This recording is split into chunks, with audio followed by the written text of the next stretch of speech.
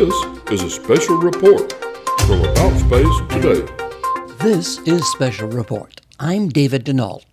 For our listeners around the globe, we in America celebrate Thanksgiving to remember the Pilgrims and Native Americans coming together and the dream of freedom that would begin.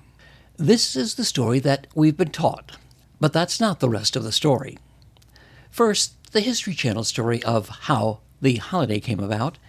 Then we'll hear from a Native American of the Wampanoag tribe, which dates back before the Pilgrims. To most Americans, the Pilgrims of Plymouth, Massachusetts are the iconic inspiration for today's Thanksgiving feast.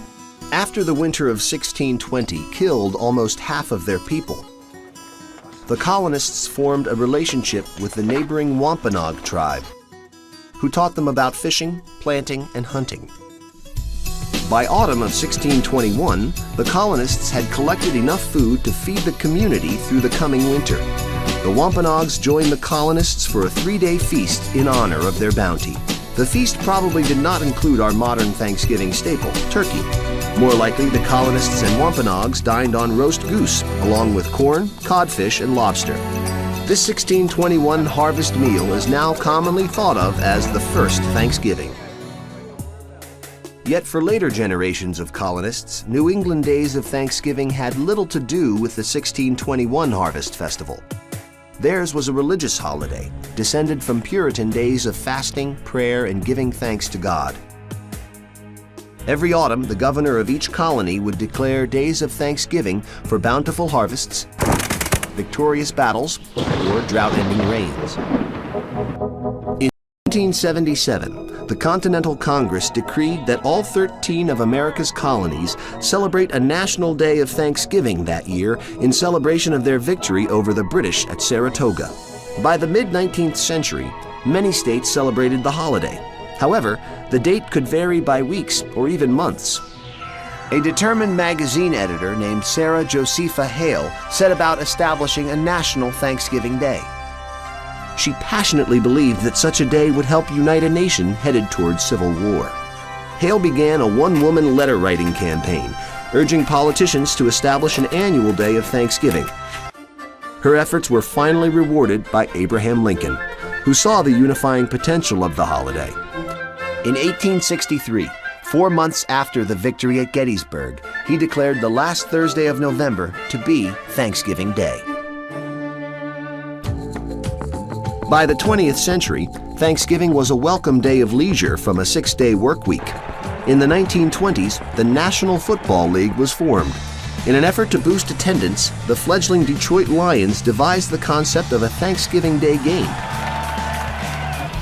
Parades also became a Turkey Day tradition, and department stores quickly saw their value. Millions of New Yorkers braved the cold to watch the festivities.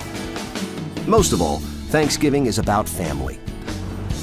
With modern life moving faster than ever, Thanksgiving gives us a day to take a collective breath, reconnect with loved ones, and remember just how much we have to be thankful for.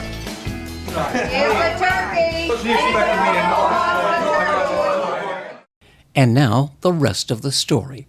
So how do Native Americans relate to Thanksgiving?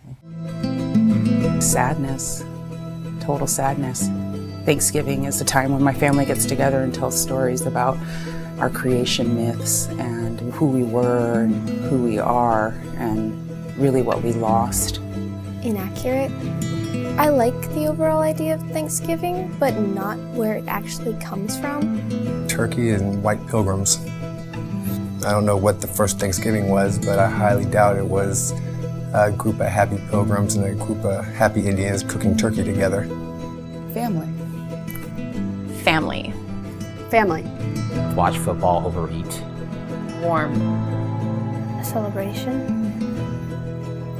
Thankful. I don't really celebrate the holiday for like what it actually is, more of like Colonization. I think it is important to give thanks and to have a day for that, but maybe the history of why we celebrated it in that certain way is more complicated. And part of the untold story is that many years before the Pilgrims landed in Plymouth, Massachusetts, slave traders would make stops along the coast and take Native Americans as slaves. And then the white man brought disease that wiped out entire villages. Steve Peter is a direct descendant of the Wampanoag tribe. Oh, thank you for having me on today.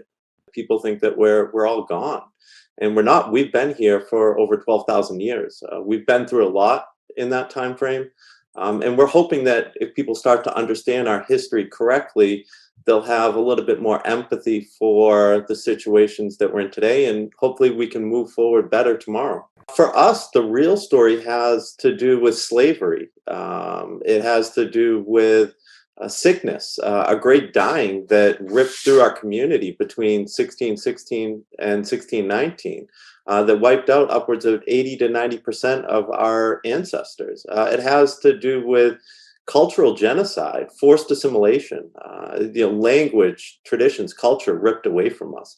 That's the story, and you can see why it doesn't necessarily align with the narrative that was created around the Thanksgiving holiday, which to us has very little to do with that harvest festival that took place in 1621.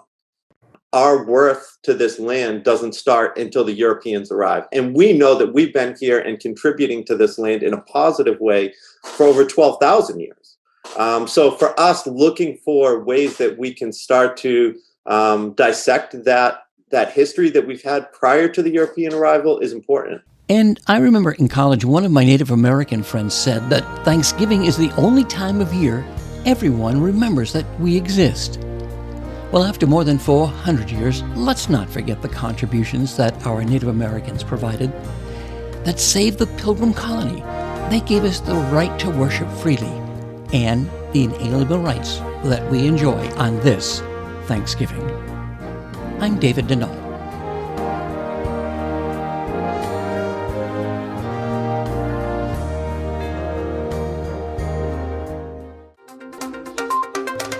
This has been a special report from About Space Today.